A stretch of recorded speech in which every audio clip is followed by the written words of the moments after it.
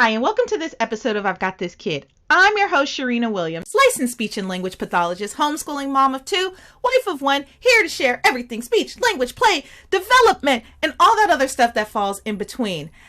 Man, have you guys checked out the new website? I announced it last week that we've got a new website, www.I'veGotThisKid.com, where you can find event announcements, where you can join the interest list of Watch Me, Connecting to Your Child Through Play, my new book that's due to hit soon, webinar offerings. I've got some great series in there, and also becoming a Patreon member.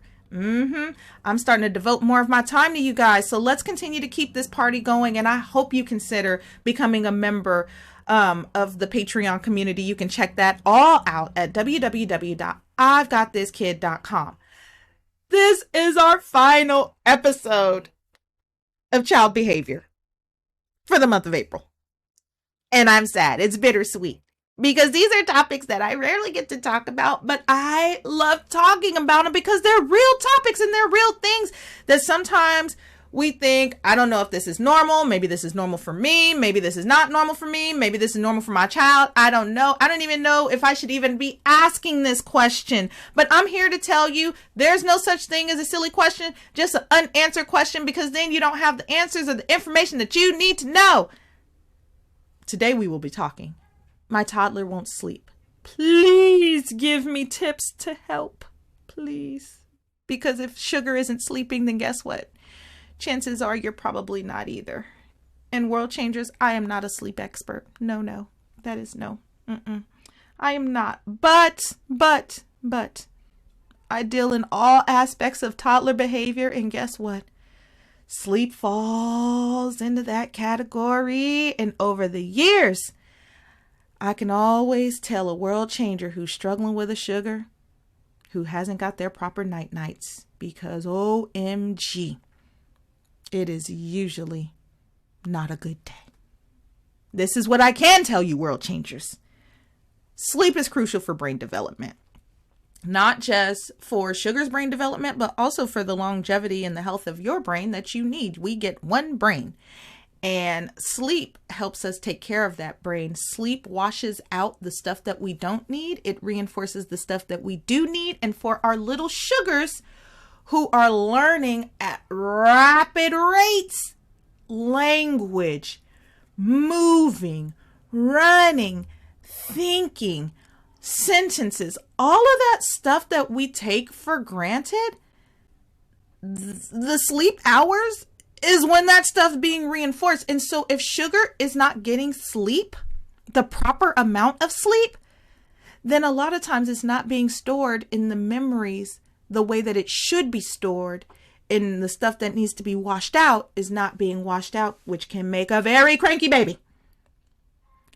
I can also tell you, sleep is crucial for a personality recharge. Now, you keep hearing me. I've said at least 2 or 3 times, cranky baby, because when that brain does not get the opportunity to recharge, reset, and rest, oh my gosh, think about that whiny baby that you can't do anything with. You hold them, they cry. You put them down, they cry. You give them a cracker, they cry and they throw it. You give them a toy, the favorite toy, that gets chucked too. They might even act out in ways to where you're like, this is not my child. This is not how they normally behave. You are right. Sleep deprivation or poor sleep diet will do that to them. It will make them a completely different person, and you have no idea why. It's sleep. And it also makes you a different person too, because you haven't had the recharge and there's nothing you could do. And then it starts bringing up the feelings of, well, what have I done as a parent? I failed my child. No, you haven't. We just need to get to the root of what's going on to help them out. And this is the other thing I could tell you. The final thing I could tell you. Remember, I'm not a sleep expert though. I'm not a sleep expert. But this is the other thing I could tell you based on experience, seeing you world changers come through my office. Sleep is crucial. Not just for Sugar's brain, not just for their personality, but also for you. Not just for your brain, but for you to get a much needed break. I usually recommend during this time that world changers also take naps when Sugar takes naps, even if it's not as long as Sugar's nap. Even if you do 15 minutes, like I am the queen of a 15-minute power nap because my brain also needs a recharge too. But world changers, we need that break. So many moving parts are happening during this time. And honestly, when you have a toddler, you're still adjusting to the fact that it's not all about you anymore. Even if you have other kiddos around, it's still an adjustment.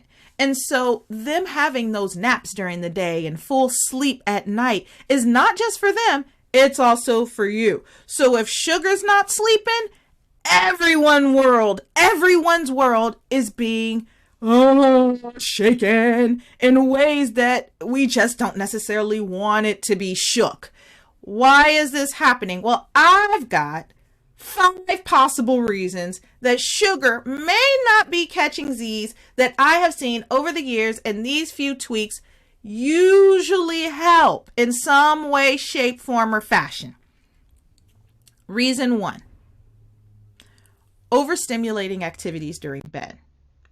If bedtime is supposed to be 8 o'clock and we decide all of a sudden, let's play wrestling because we want to get the energy out, chances are we've probably gotten not only the energy out, but recharged and the adrenaline up.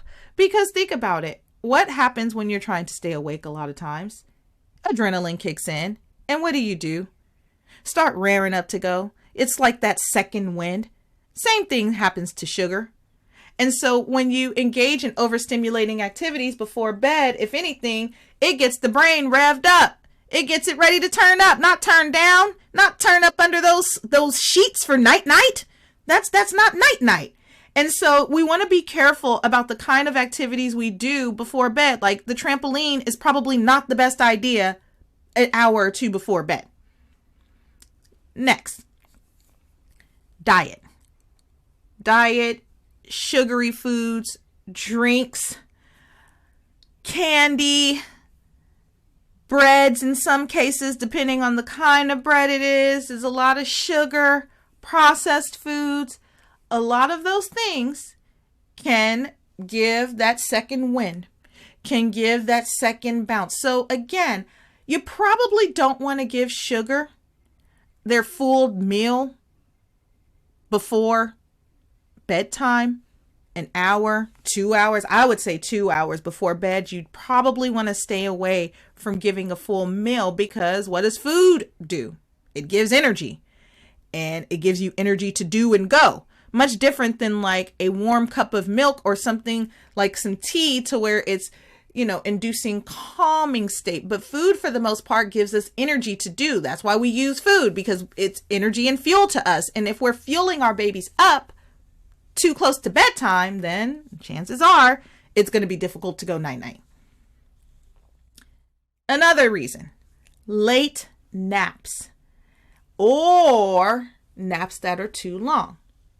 If Sugar gets up at 8 o'clock in the morning and they take a nap at, let's say, 11 or 12, but then around 6 o'clock, they get sleepy again and you let them nap, chances are they're probably not going to want to go to sleep a few hours later because, again, sleep recharges the brain. It gives you energy. It refuels you. It restores you. And so if they're napping too late, taking a 4 o'clock nap, and you expect them to go to bed at 8 o'clock that night, they're probably not going to want to go to sleep. They're probably still going to have 2 o'clock in the afternoon energy, ready to go to the park and do all kinds of other stuff. So we want to be mindful about their nap schedule and how long we're allowing them to nap.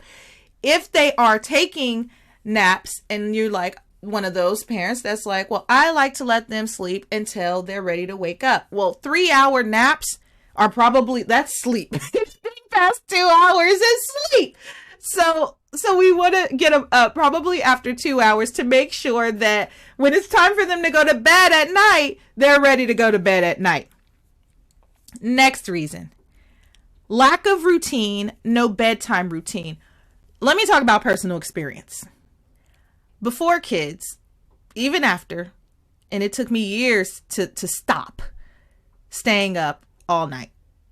I would stay up all night and I would either work, or I would write, or I would watch TV, or I would hang out with friends. But I am one of those people that if you left me to my own devices, I would stay up all night and sleep all through the day. But I found out quick that does not work with the kids. It doesn't work with them and their schedule. And so I had to quickly get on a routine for not only myself, thank God for my husband, because he is routine oriented and he is usually done by 10. And so that helped me get on track as far as like getting to bed and getting them to bed.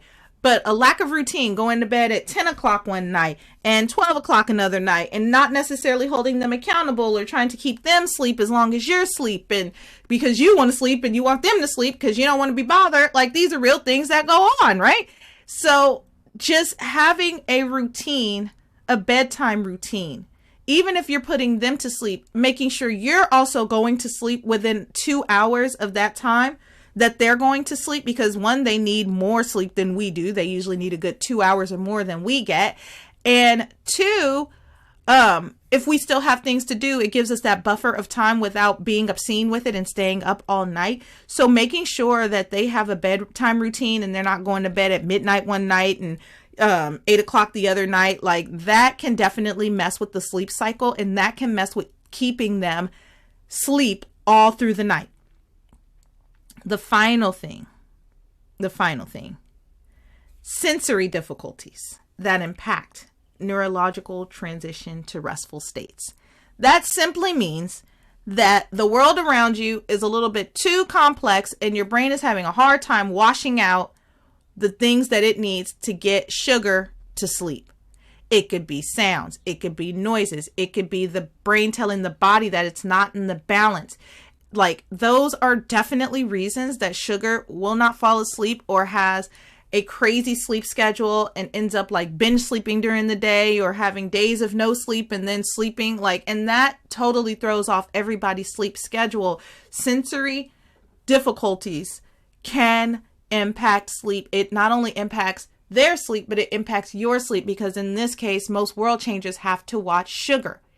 And so if sugar is having this atypical sleep diet to where by 2, they're not sleeping that good 10 hours through the night, and they're waking up, like, let's say it took them 2 hours to finally fall asleep, but then they're up at 2 a.m. and then they're up again at 5 a.m. Like, those breaks in their sleep diet can have an impact on not just their neurological functioning, but their learning and their growing and their thriving. And so we want to make sure that we're recognizing when these sensory things are taking place, especially if you are a routine driven person and you have them sleep at the same time every night, but they're just having difficulties adhering to that. That's when it's time to get the support from someone else to help them get to sleep. So what can you do? What can you do? Like, I'm not going to give you all this information and just leave you hanging. That's just, y'all. The first thing that we can do is establish consistency. The same bedtime hour every single night, no matter what. And this even holds true for our sugars with sensory difficulties, because we need to keep that foundation for them. Like, sugars aren't going to create their own foundation. It's just not going to happen, but we can do it for them. And so even if they're rolling around in bed for 2 hours, let them roll around in bed. Don't go bother them every 5 minutes and tell them to go to sleep. You've told them to go to sleep once. That should hold pretty solid unless they're getting out of bed. And that's when you just quietly walk them back to bed, put them back in the bed. Don't say anything to them and tell them good night. 2, avoid overstimulating activities before bed. Now, I said that was a reason, but how do we avoid overstimulating activities, especially if you have a world changer who has a later schedule and wants to come home and play with sugar because they want to have that special time? That's when I say you have to redefine that time and that interaction and that engagement. Maybe instead of doing trampoline or playing wrestle or playing soccer in the house or whatever it is that's your jam, maybe we read a story instead. Maybe we reserve weekends for the rough play, just to make sure that the sleep diet is healthy and that they're getting what they need, and also you're getting the rest that you need as well. 3, avoiding full meals before bed. Again, food gives energy, and we're not trying to give energy, we're trying to put them to sleep. And so for you world changers, this is just a little drop of just unrelated advice.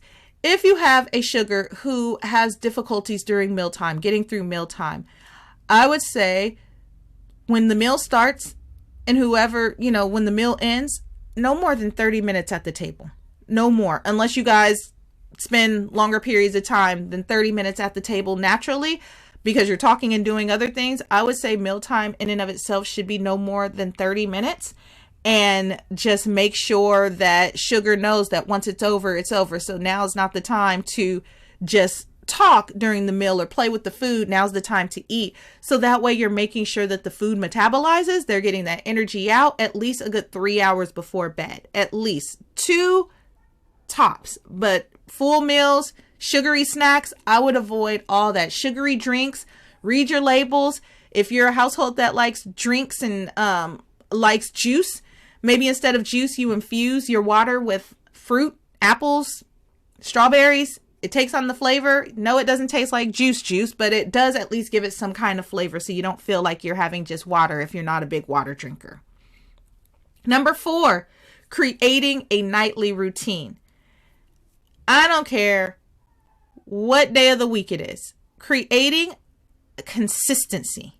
Shower time, story time, bedtime, or music time, quiet music time. Listen to music together, quiet music, story time, bedtime. Whatever your routine is, whatever your nightly routine is, make sure that it's the same every single day. I don't care what you guys do during the day, if you're on vacation or not, creating a nightly routine, it helps sugar wrap their mind around we're transitioning into this sleep time schedule. We're transitioning into rest time. We're transitioning. It's time to go to bed. And so giving them that nightly routine is like the best thing that you can do for them and the best thing that you can do for yourself, because they're going to start looking forward to it every single day, every single night. Number 5, allowing sugar to self-soothe without support. And self-soothing doesn't always mean like they're crying or they're in an upset state, but that they're getting themselves into that transitional restful state without your help. So after you do your night routine with them, you leave the room and you let them sleep. You let them figure it out. You let them drift off into Wonderland. Or if you still have them sleeping with you, you guys do that together, but you're still not conversing. You're not having conversations. You're not playing around. You're not doing a bunch of overstimulating activities. You're literally creating a restful environment to help them make that shift. And finally, number 6. Provide a sensory calming environment. Provide an environment that helps them neurologically calm down. And neurologically just means like the brain calms down. Get that brain to make that transition from wakeful hour to sleep hour. So that means no loud TV. It's probably not the time to watch, the Avengers or Star Wars or the biggest, the greatest war of all times. Like, it's not the time to do that. Try to turn that stuff down. No loud, super engaging TV that's overstimulating for them and probably also for you. Low music, like volume low. Nice, quiet music, preferably no words. No words really, really helps, because then it kind of takes away you wanting to sing the melody in your head, which then can have adverse effects and keep you awake. And avoid lights. So like night lights, unless you just absolutely need a night light, because I understand at this age, sometimes little sugars can be a little bit afraid of the dark, especially if this is their like first time sleeping on their own, because sometimes little sugar stays in the room with mom and dad for some time and they have that comfort and security, and then all of a sudden they have to transition to their own space. If they need that night light for comfort and security so they know that nothing's around and that they're safe and secure, then by all means do it. But just try to avoid like the blinking ones or the ones that like do all kinds of spinny crazy stuff on the ceiling. Like, again, we're trying to induce sleep and rest. We're not trying to keep them up. And the final thing to help the environment is simulating avoiding overstimulating toys. So the toys that make sounds, the toys that purr, the toys that moo, the toys that do stuff, right? You push a button and something happens. You want to avoid those kind of toys when making that transition into rest, into sleep. And I didn't put this on my list, and this is just bonus for you guys. I would say lavender. Lavender essential oil, not like lavender, artificial lavender, but like lavender essential oil that you can get from your local health food store, your local natural store, using like a few drops of lavender in the bath water to induce sleeping, to induce rest, having a lavender plant around. Something that promotes like that calming feeling. Lavender is beautiful for that. So consider also using like natural lavender, because that also helps induce a restful environment. World changers, I can't emphasize enough that sleep is crucial. And I hope after this episode, you now have a solid understanding of how to keep sugar getting the rest that they need during the night, and also making sure that you're getting the break that you need, the mental break, to not only take care of house, but take care of yourself. Not having a solid sleep schedule can have a lasting impact on sugar's learning, thinking, attention, focus, and on and on and on. So let's get those great sleeping habits early. Your sugar is depending on you. That wraps up today's episodes, World Changers. As always, send in your questions to questions at us, blah, blah, blah, blah, blah. That wraps up today's episode. World Changers, keep sending in those questions, because you know what? There's no such thing as a silly question, rather an unanswered question. So make sure to send me your questions to questions@I'veGotThisKid.com. We would love to hear from you. Also, I forgot to tell you guys, oh my goodness, May 12th through May 14th. Sign up, sign up, sign up. There's going to be an empowering autism summit that I'm going to be a part of. And guess what? It's free, unless you decide to join the VIP, which costs a little bit. But overall, the program is free. And I'm going to be speaking there personally from moving.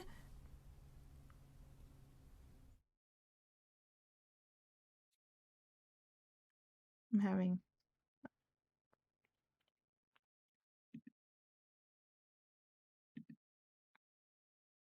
I will be speaking there as well. And my topic's going to be moving from fixing to bonding, pragmatic principles from an SLP's perspective. That simply means that I'm going to be helping you guys see sugar for who they are. Instead of thinking they need to be fixed, let's work on bonding. Let's work on hanging out together. Let's work on having some fun together and just doing together and learning our sugar, because you guys know that is my jam, making sure that you guys connect with your sugars so you can continue to grow and learn together. And again, this event is free, but again, you can get VIP access to all the fabulous speakers there. It's totally up to you. Finally, World Changers, if you have not become a Patreon member, I urge you to consider doing so. For a small monthly fee, you can help ensure that we keep that podcast lights on. And depending on your membership level, we even offer some hangout time with me personally, your girls. So I want to continue to work with you and work hard for you. So please consider doing that. Visit www.I'veGotThisKid.com to become a member, check out upcoming webinars, and send in your interest for my upcoming book release, Watch Me, Connecting to Your Child Through Play. I cannot wait. All this exciting stuff is happening, and it's all because of you guys just being fabulous and just allowing me into your space every single week, y'all. So make sure to sign up, check those things out. Keep sending in those questions. Let's continue to connect, y'all. Until the next time, World Changers, take care.